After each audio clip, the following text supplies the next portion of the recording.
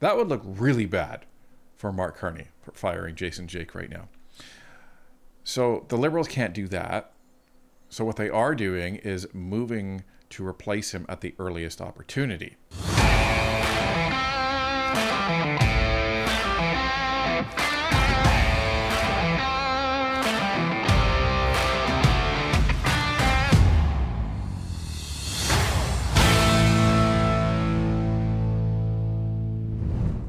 Mark Carney's Liberals appointed Jason Jake as interim parliamentary budget officer back in September, as a safe caretaker of the office, and no doubt confident he would do his job by remaining invisible.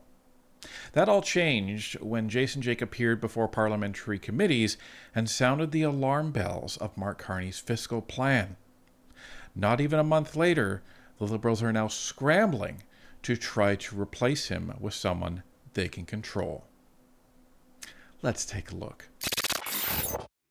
Ladies and gentlemen, this broke last evening. Ottawa is seeking a permanent parliamentary budget officer with quote-unquote tact and discretion.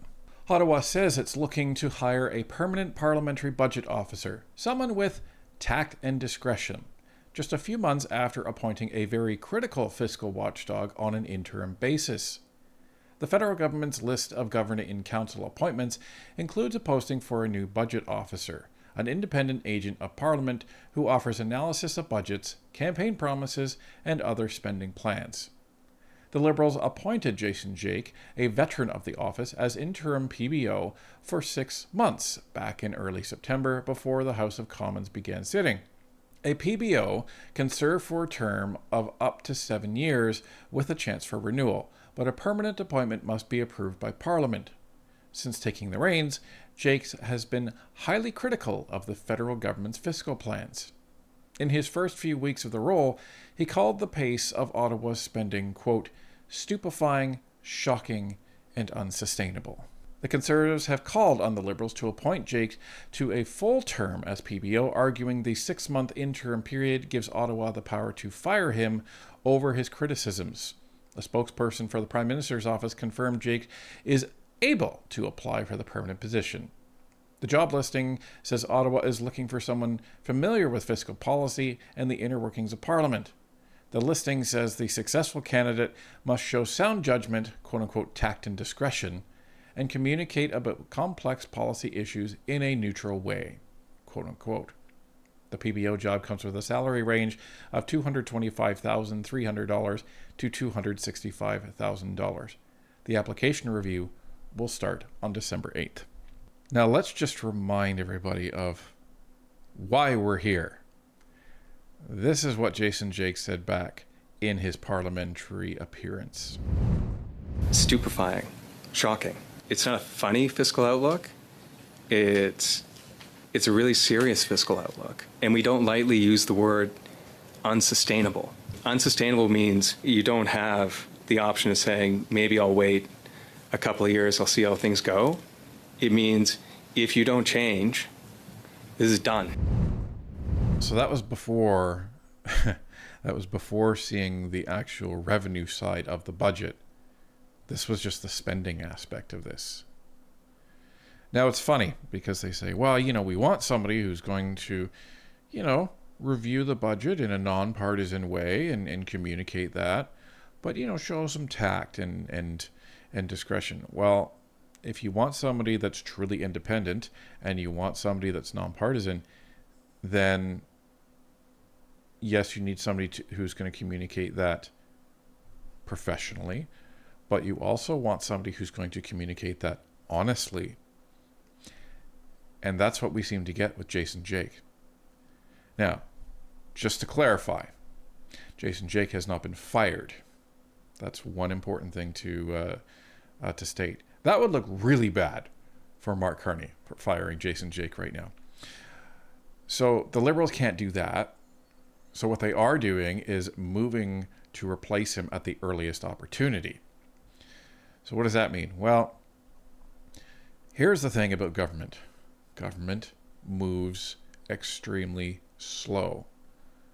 Like North America moving to touch Europe is probably going to be faster than the way government moves in Canada.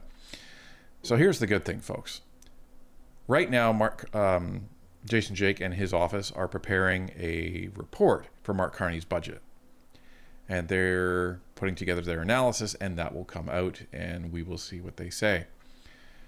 That's still going to come out, and that will come out before this hiring process is completed. Based on this timeline, and what I know of government, what we're looking at is this. So, they dropped the job description in the posting. That was yesterday from all indications. And they're going to be closing applications in 2 weeks, which is the standard opening period for a position like this. Now, it's a kind of a short period. If they didn't know who they were going to be hiring or had no inclination on who would be applying for this, they probably would have put it out for 4 weeks. But they're keeping it at 2. So that's interesting.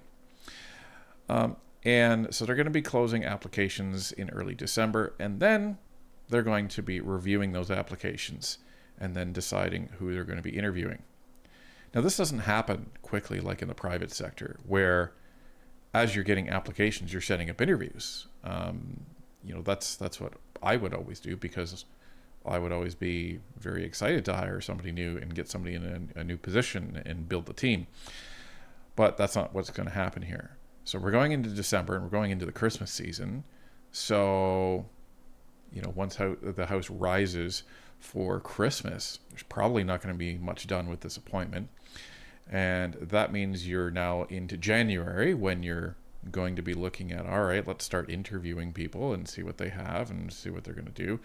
And this isn't going to be a, one and done interview. No, there's going to be a couple of interviews for each of the candidates, and they're going to be scoring them, and then they're going to be checking references, and then they're going to be messing around and waiting and delaying. So this probably isn't actually going to be done until February, March timeframe. So this still gives Jason Jakes the ability to serve out his 6-month interim appointment, which is a good thing, because we need somebody who's willing to be honest, not critical, but honest. That's really what a person in this position should be able to do without government, big brother reaching in. So this is what we're looking at. But I'm very interested to see Jason Jakes' feedback on Mark Carney's budget, because it seemed as bad as he was forecasting. Like, the deficit was pretty close.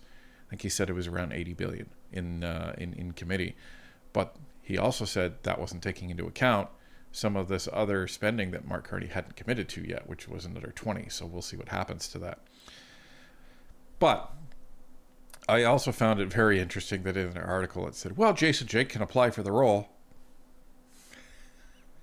Come on. Yeah, he can apply for the role. And he should be most qualified for the role, because he can actually put on there, I've done it for the last 6 months. Carney needs this budget, and he needs this budget to be sold to the Canadian people, which, it's funny because the media is doing more work to try to kick Poilievre out of his leadership. More hit pieces dropped today, just on his answer to the CBC of Chris D'Entremont, and Chris D'Entremont called your place a frat house and all of this stuff, and then based on that premise says, are you going to be changing your leadership based on that feedback? And like the mainstream media did, they cut out all that context, and all they said out there is, based on Chris D'Entremont leaving, Poilievre's not changing his leadership. And it's, the more you look, folks, the more disgusted that you get. So it's going to be very interesting to see how the news cycle does or does not change, depending on the Parliamentary Budget Officer's report. Right now, a Parliamentary Budget Officer that's not afraid to tell the truth, and who's not afraid to tell Canadians that Mark Carney's budget is stupefying, shocking. It's not a funny fiscal outlook. It's a really serious fiscal outlook.